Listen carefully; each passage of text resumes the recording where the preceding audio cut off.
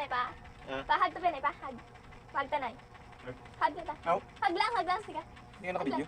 Ha? Kita. Yung father and daughter, ano? Papa? Kaya man dito lang sa gwa, Ang bag? oh, bugat. Kaya mo na kakuton? Sure ka ako, tabi babaw?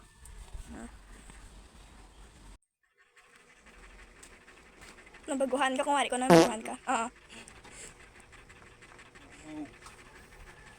O, ikaw nga, tagusin mo kwarta. Ibalik sa kuno na. Balik sa kuno. Okay, goods. Pa, pwede mo na, pakita mo do, skilled mo lang na do, ay ka brief. Wala, ogon mo, isa lang diyo. Isa lang diyo, kaya basta lang kumari lang ako na, dalangin mo brief. Okay, good.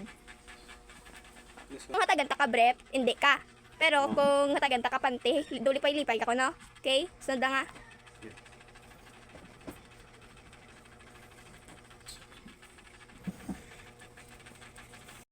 Pa, wait na tubig, pwede mo ito ka na nangilim nando sigwa. Yung color green. Pa, pungkot dabi na isang, dito.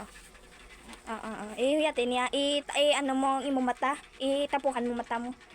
Amo na, tapo, ano ba sa himot LD, palapiton mo. Oo, dasan i-curve a little. Ayun na? Oo, that's correct. And then, tapuhin yung mga mata, go. Tapuan? Oo, tapuhin. Tulok sa dalong, nakasubo ko na.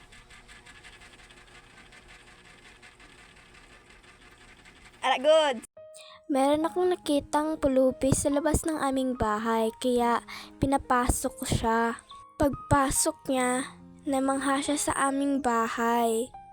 Nag-offer ako sa kanya ng pagkain, pero tutulong daw muna siya. Tinulungan niya akong bumuhat ng aming inumin. Binigyan ko siya ng pera para pambili ng pagkain. Hindi niya daw ito matanggap at pinalik sa akin. At pinakita niya sa akin na wala daw siyang brief. Kaya naisipan ko na ibigyan si kuya ng brief. Pero pagbigay ko sa kanya, inibalik niya ito dahil hindi niya gusto. Dahil panty pala yung gusto ni kuya, kaya binigyan ko na siya ng tibak. Sa sobrang tuwa ni kuya, napaiyak si kuya. Kaya napayakap si kuya, si ate pala.